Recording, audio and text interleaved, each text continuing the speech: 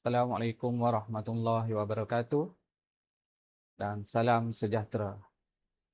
Untuk kali ini kita akan membincangkan matematik tingkatan 4 bab 6 iaitu ketaksamaan linear dalam dua pemboleh ubah. Untuk bahagian saya perkenalkan diri saya dulu. Nama saya Cikgu Zainal bin Yusof dari SMK Menggak Dewa, Kok Deang, Kedah. Untuk saya akan sama-sama dengan murid-murid untuk membincangkan uh,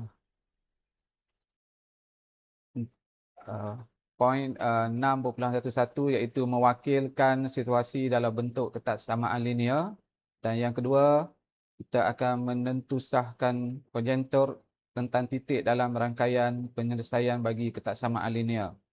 Maksudnya untuk hari ini kita akan membincangkan bagaimana kita nak membentuk ketaksamaan daripada situasi harian, dan seterusnya bagaimana kita nak menentukan konjentur titik di dalam graf ketaksamaan linear.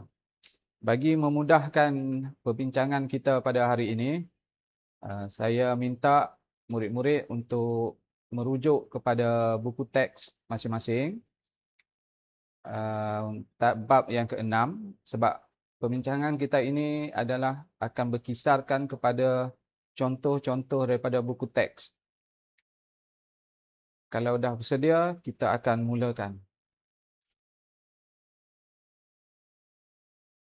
Tajuk kita ialah ketaksamaan linear dalam dua pemboleh ubah.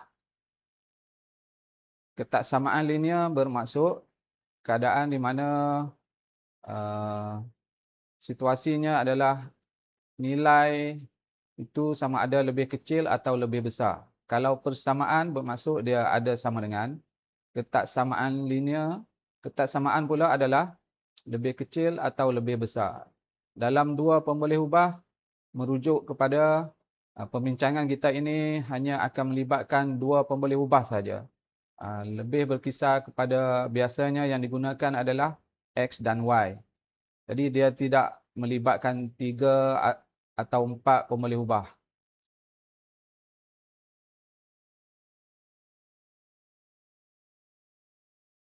Jadi murid-murid boleh tengok pada buku teks masing-masing. Contoh 1. Kita baca dulu contoh 1 dan fahamkan.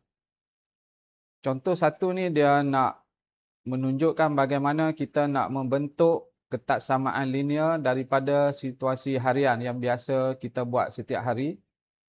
Dalam contoh 1, Taufik dia nak membeli buku rujukan dan buku latihan. Buku rujukan berharga RM14 dan buku latihan berharga RM9. Amount maksimum yang boleh dibelanjakan oleh Taufik ialah RM100. Jadi kita diminta mewakilkan situasi dalam bentuk ketaksamaan linear yang sesuai. Taufik dia nak beli dua jenis buku, iaitu buku rujukan dan buku latihan, dan mungkin dia diberi duit oleh ibu bapanya sebanyak RM100. Jadi dalam pameran buku ni dia hanya boleh belanja RM100 atau kurang daripada itu sahaja. Andai kata kita gunakan huruf X untuk buku rujukan dan Y buku latihan, jadi kita nak bentuk ketaksamaannya, kita kena faham bila kita beli barang, pertamanya kita kena tahu harga dan berapa banyak barang yang kita nak ambil. Jadi dalam contoh 1 ni, harga buku rujukan ialah RM14. Tadi kita dah wakilkan X untuk buku rujukan, maka RM14 darab dengan X ataupun 14X. Untuk buku latihan, harganya ialah RM9 dan kita dah wakilkan buku latihan sebagai Y, maka RM9 darab dengan Y. Sebab bila kita nak beli barang, kita mesti tahu harga dan bilangan. Dalam soalan ni, tidak ada bilangan. Tidak diberikan berapa bilangan buku rujukan dan bilangan buku latihan. Maka kita wakilkan dalam sebagai pemboleh ubah X dan Y. Jadi yang kita dapat ialah 14X tambah 9Y lebih kecil daripada 100. Kenapa lebih kecil daripada 100? Kerana jumlah harga yang Taufik boleh belanjakan mesti tidak melebihi RM100 atau sekurang-kurangnya RM100. Jadi 14X tambah 9Y lebih kecil atau sama dengan RM100. Dia mesti belanja kurang daripada 100 atau sama dengan RM100. Tidak boleh lebih. Bagi dalam setengah soalan mungkin dia minta ditulis dalam sebutan Y ataupun dalam sebutan X. Maksudnya ialah yang kita dapat tadi ialah 14X tambah 9Y lebih kecil daripada 100. Itu dalam sebutan X dan Y. Bila mana soalan kata tukar kepada dalam sebutan Y, X dalam sebutan Y, bermaksudnya soalan minta kita jadikan X sebagai perkara rumus. Kita boleh pindahkan 9Y ke sebelah kanan. Istilah yang mudah kita nak fahami, pindahkan. Jadi kita akan dapat 14X lebih kecil daripada 100 tolak 9Y. Atau jika soalan minta kita buat ketersamaan Y dalam sebutan X, daripada 14X tambah 9Y lebih kecil daripada 100, kita pindahkan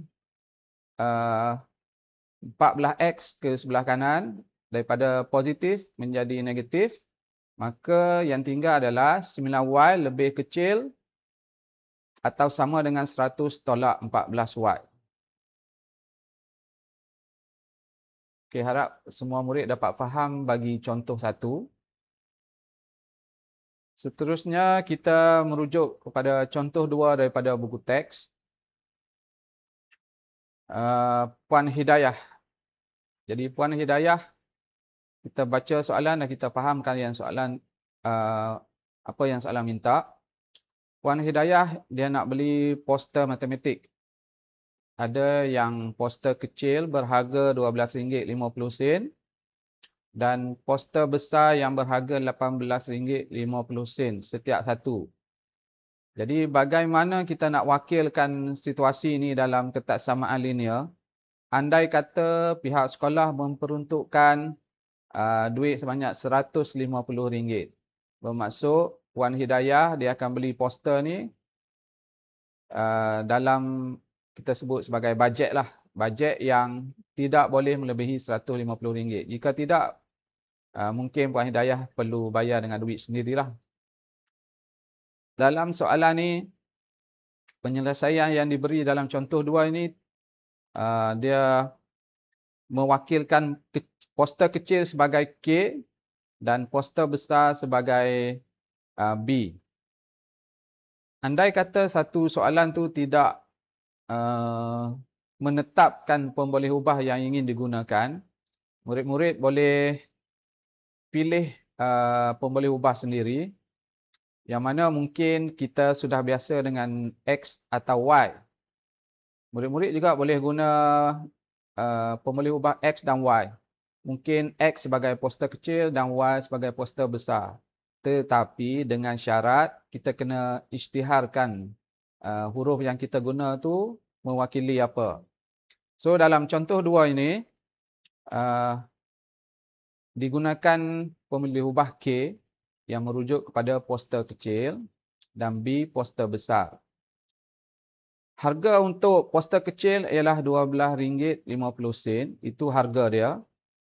Bilangannya kita tak tahu berapa banyak yang Puan Hidayah beli. Tetapi bilangan itu diwakilkan sebagai K tadilah. Maka kita ada 12.50K. Bermaksud RM12.50 darab dengan bilangannya K. Kita dapat 12.50K. tambah dengan untuk poster besar RM18.50. Berapa banyak poster besar kita tak tahu. Tapi diwakilkan dengan pemboleh ubah B. Maka kita dapat RM12.50K tambah dengan 18.50 lebih kecil. Sebab tidak boleh lebih RM150, maka lebih kecil atau sama dengan RM150. Jika dibeli itu harga RM150, diterima. Maka mesti ada simbol sama dengan. Dalam contoh yang ni, RM12.50 itu dalam perpuluhan. Untuk contoh ni lah, jawapan yang diberi dalam buku teks itu, dia tukarkan RM12.50 kepada 25/2. Maksudnya 25 bahagi 2. 25 bahagi 2 akan dapat balik 12.5. Manakala 18.5 ditukar kepada 37 bahagi 2. 37 bahagi 2 akan dapat balik 18.5.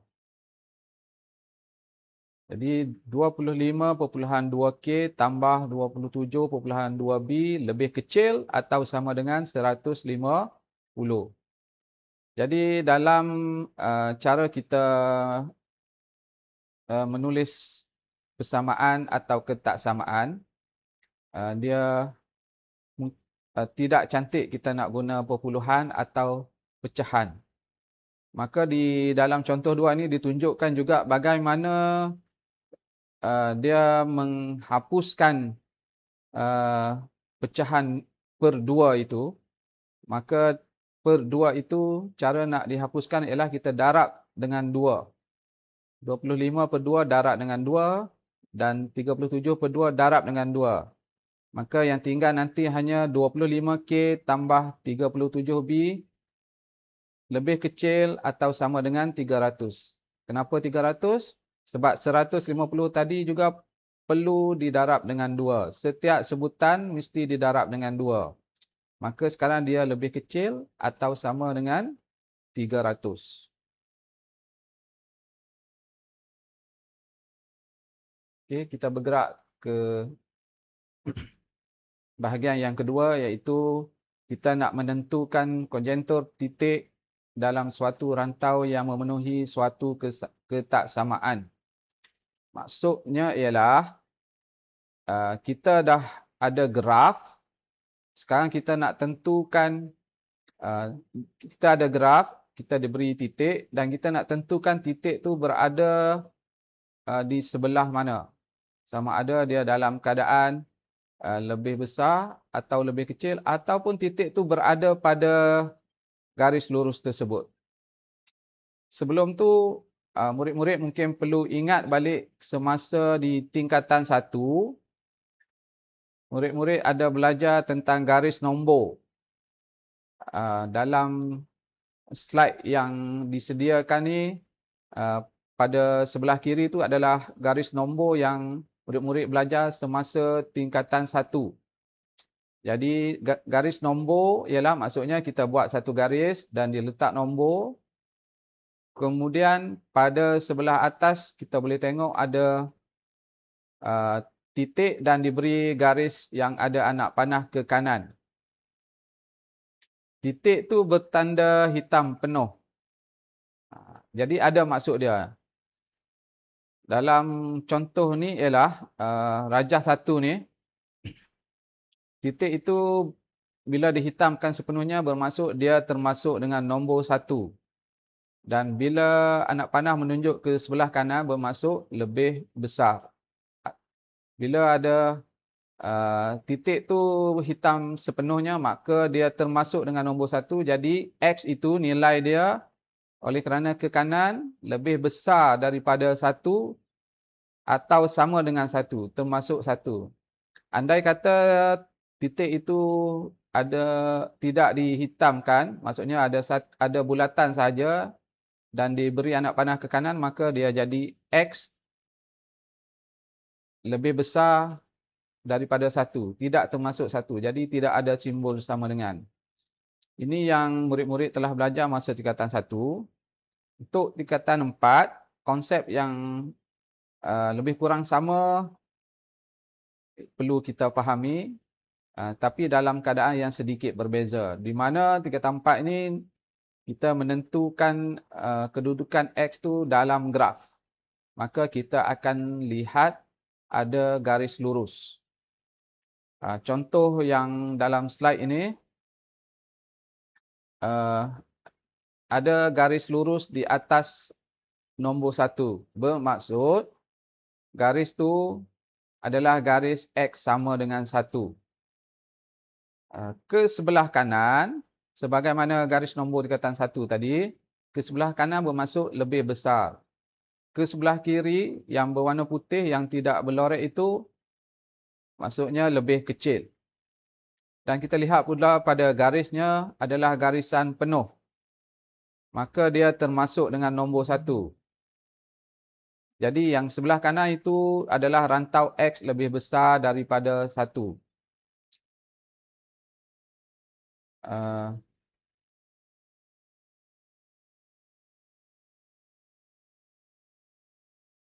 Kita teruskan lagi dengan contoh-contoh kedudukan ataupun keadaan garis yang mana sama ada akan jadi lebih besar atau lebih kecil. Kita tengok ada 4 rajah yang diberikan dalam, ada 4 graf dalam rajah 3 yang diberikan dalam buku teks ni. Rajah yang pertama itu dalam keadaan garis lurus itu kecerunan positif. Graf yang bernombor 2, yang saya tandakan dengan nombor 2 itu graf garis lurus kecerunan negatif. Yang berwarna merah itu maksudnya di sebelah atas kita sebut sebagai rantau atas. Manakala yang berwarna hijau kita sebut sebagai rantau di bawah. Graf yang ketiga merujuk kepada graf ada garis yang melintang. Dalam keadaan graf garisnya adalah kita akan sebut sebagai Y sama dengan apa-apalah bergantung kepada nombor yang akan kita lihat pada graf.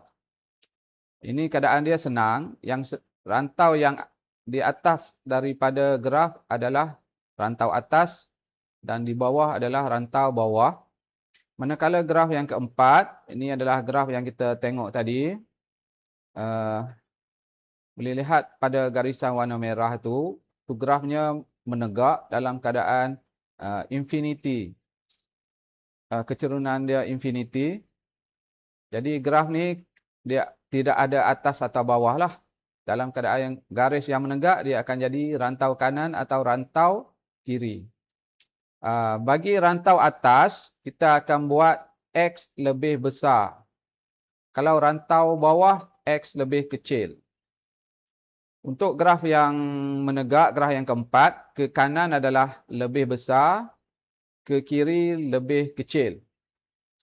Dan kita akan lihat pula pada garisannya. Andai kata garisan tu garisan penuh, solid line, maka dia ada tanda sama dengan. Kalau kita jumpa graf yang mana garis seluruhnya dash, garisan putus-putus, maka dia tidak ada tanda sama dengan. Untuk lebih faham lagi, kita tengok contoh yang seterusnya. Contoh yang ketiga. So, dalam contoh ni dia buat sedikit ulang kaji tingkatan 2 di mana kita diminta melukis dahulu graf. So, mungkin kita akan jumpa soalan yang kita perlu lukis graf dulu dan maka kita perlu imbas kembali semasa tingkatan 2 dulu kita sudah ada belajar melukis graf garis lurus. Jadi contoh 3 ni soalannya ialah lukis graf garis lurus Y sama dengan negatif 2X tambah 6 untuk X lebih kecil atau X lebih besar atau sama dengan negatif 1 tetapi lebih kecil daripada 5. Maksudnya nilai X antara negatif 1 sehingga 5. Kita kena lukis graf itu dulu. Lepas tu kita perlu plot titik. Plot titik bermaksud kita tandakan titik-titiknya. Titik yang dalam soalan ini beri ialah 1, -2, 4, -2, 0, 1, 1, 4, 4, 3 dan 2, 6. Ada 6 titik yang perlu kita plotkan pada graf yang kita sudah lukis tersebut. Lepas tu kita tengok kedudukan titik itu sama ada dia di atas atau di bawah atau pada garisan. Kalau titik itu berada di rantau atas, maka kita tulis kesamaan sebagai y lebih besar atau sama dengan -2x tambah 6. Andai kata titik tersebut berada di rantau bawah, maka ketasamaannya ialah y lebih kecil daripada -2x tambah 6. Andai kata juga titik tersebut berada tepat pada garisan, maka keadaannya adalah bukan lebih besar atau lebih kecil, tetapi y sama dengan. Jadi contoh 3 ni yang pertamanya ialah kita perlu lukis graf dulu. Untuk garis lurus kita hanya perlukan 2 titik sahaja. Kita plot 2 titik dan kita gariskan. Dalam contoh 3 ni diberi nilai X yang dipilih adalah -1 dan 5 berdasarkan soalan di atas. Jadi keadaan sekarang X nilainya ialah -1 dan Y 5. Tugas kita ialah kita kena cari nilai Y untuk kita dapat pasangan titik. Bila mana keadaan X adalah -1, jadi kita tukarkan nilai X kepada -1, maka keadaan dia sudah menjadi -2 darab -1 tambah 6. Persamaan yang diberi tadi -2x tambah 6, kita sudah tukar nilai X kepada -1. Jadi adik-adik boleh guna kalkulator untuk dapatkan nilai Y, maka kita akan dapat nilai Y itu adalah 8. Adik-adik boleh, murid-murid boleh rujuk kepada guru masing-masing bagaimana cara nak menekan kalkulator untuk mendapatkan nilai Y. Nilai X yang kedua yang diberi adalah 5. Maka tukarkan nilai X pada 5 menjadi -2 mendarat 5 tambah 6. Nilai yang kita akan perolehi nanti ialah Y sama dengan -4. Jadi kita sudah ada 2 nilai Y dan 2 nilai X daripada soalan tadi. Maka kita ada 2 pasangan titik. Titik yang pertama adalah -1, 8. Dan titik yang kedua adalah 5, -4. Maka kita bina paksi X, paksi Y dan letakkan skala yang seragam. Tandakan titik X-nya -1 dengan pasangannya Y 8. Dan titik yang kedua nilai X 5 dan nilai Y -4. Bila dah ada 2 titik itu kita gariskan, maka kita dapatlah satu garis lurus sebagaimana dalam contoh 3 ni. So garis warna merah itu adalah garis Y sama dengan -2x tambah 6. Jadi selesai tugas kita yang pertama. Tugas yang kedua ialah kita perlu tandakan titik-titik yang diberi, iaitu 1, -2, 4, -2, 0, 1, 1, 4, 4, 3 dan 2, 6. Kita tandakan titik yang pertama 1, -2. 1, -2 berada di sebelah bawah. 4, 2. 4, -2. Kita akan dapati dia berada pada garis lurus. Titik yang ketiga 01. 01 berada pada sebelah rantau bawah. 14 bila ditanda dia berada pada garisan. 43 dia berada pada rantau sebelah atas. Dan yang terakhir titik 26 juga berada pada rantau sebelah atas. Jadi kita boleh buat kesimpulan bahawa titik-titik 1, 4 dan 4 negatif 2 memuaskan persamaan Y sama dengan negatif 2X tambah 6. Kerana kedua-dua titik tersebut berada pada garisan. Bagi titik 26 dan 43, dua titik ini berada pada sebelah rantau atas. Maka ketaksamaannya ialah Y lebih besar daripada negatif 2X tambah 6. Dan yang terakhir untuk titik 01 dan 1 negatif 2. Dua titik ini berada pada rantau bawah. Maka ketaksamaannya ialah Y lebih kecil daripada 2X tambah 6. Ini adalah kaedah yang pertama yang digunakan untuk menentukan ketaksamaan berdasarkan konjektor titik yang diberi, iaitu dengan melukis graf. Jadi untuk menjawab soalan ini, murid-murid perlu faham dulu cara melukis graf dengan betul. Manakala bagi contoh 4, ini adalah cara menentukan titik-titik itu memuaskan rantau lebih besar, lebih kecil atau sama dengan, tetapi tanpa melukis graf. Dan kita tengok contoh yang terakhir dalam perbincangan kita ini.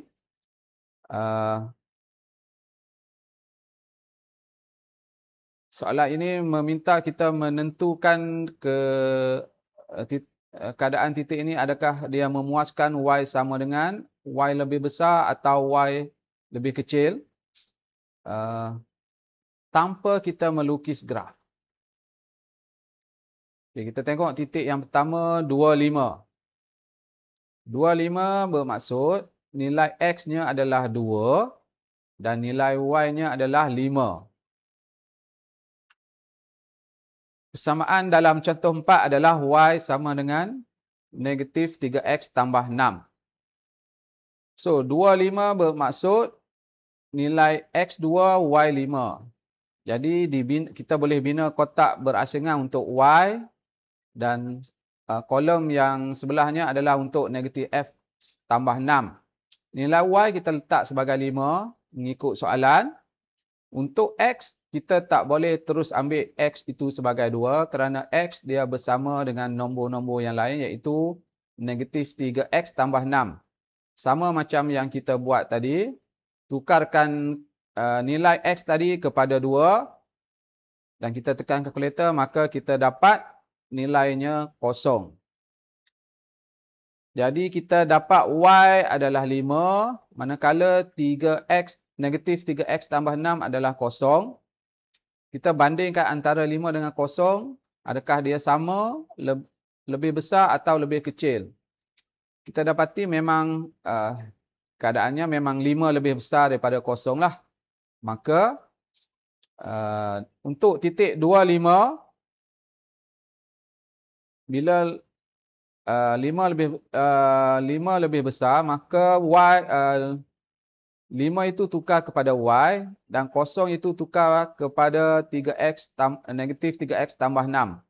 Maka Y lebih besar daripada negatif 3X tambah 6. Titik yang kedua adalah 1, 2.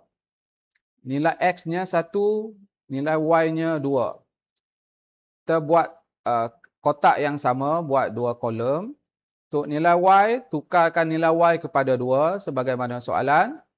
Untuk nilai X, kita kena buat pengiraan. Ambil persamaan negatif 3X tambah 6. Tukarkan X kepada 1. Dan kita dapati nilai sebutan tersebut ialah 3. Maka antara 2 dan 3 yang mana lebih besar? Tentulah nilai 3. Jadi 2 lebih kecil daripada 3. 2 itu adalah nilai Y. Jadi bila kita tulis ketak samaan, Y lebih kecil. Y lebih kecil daripada negatif 3X tambah 6. Kerana negatif 3X tambah 6 nilainya adalah 3 dan nilai Y adalah 2. Untuk titik yang ketiga, nilai Y-nya negatif. Y-nya nilai dia 9. Untuk X kita tukar kepada negatif 1.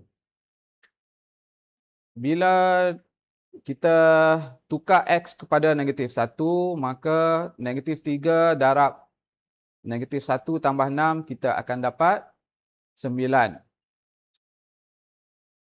Didapati bahawa nilai Y adalah 9 dan nilai bagi negatif 3X tambah 6 bila ditukar kepada negatif 1 juga 9. Maka sama. Dalam keadaan ini kita akan tulis Y sama dengan negatif 3X tambah 6. Dan titik yang terakhir yang dibincangkan adalah 0,8. Nilai X-nya 0, nilai Y-nya 8. Jadi kita letakkan dalam ruangan untuk nilai Y adalah 8. Dan untuk negatif 3X tambah 6, kita tukarkan X kepada 0, kita akan dapati nilainya nanti adalah 6. Jadi 8 lebih besar daripada 6. Maka ketaksamaannya ialah Y. Oleh kerana 8 itu adalah nilai untuk Y, maka Y lebih besar berbanding dengan negatif X tambah 6.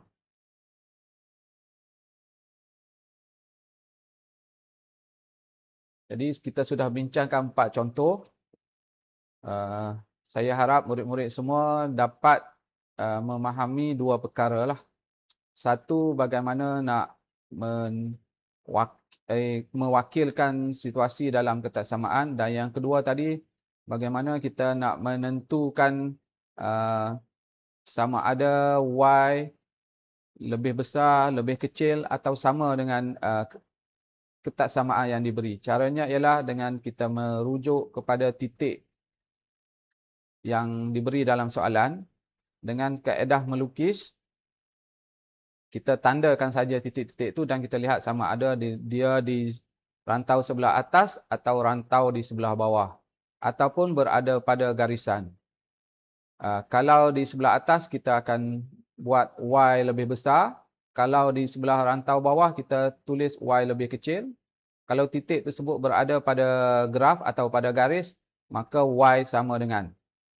Dan kaedah yang kedua ialah dengan menentukan nilai X dan Y daripada titik dalam soalan. Dan kita lihat nilai Y dengan nilai ketaksamaan yang diberi yang mana lebih besar. Kalau nilai Y lebih besar, maka kita tulis ketaksamaan Y lebih besar. Kalau nilai Y lebih kecil, kita tulis Y lebih kecil. Kalau sama, kita akan tulis Y sama dengan ketaksamaannya lah. Jadi, sekian saja daripada saya. Assalamualaikum.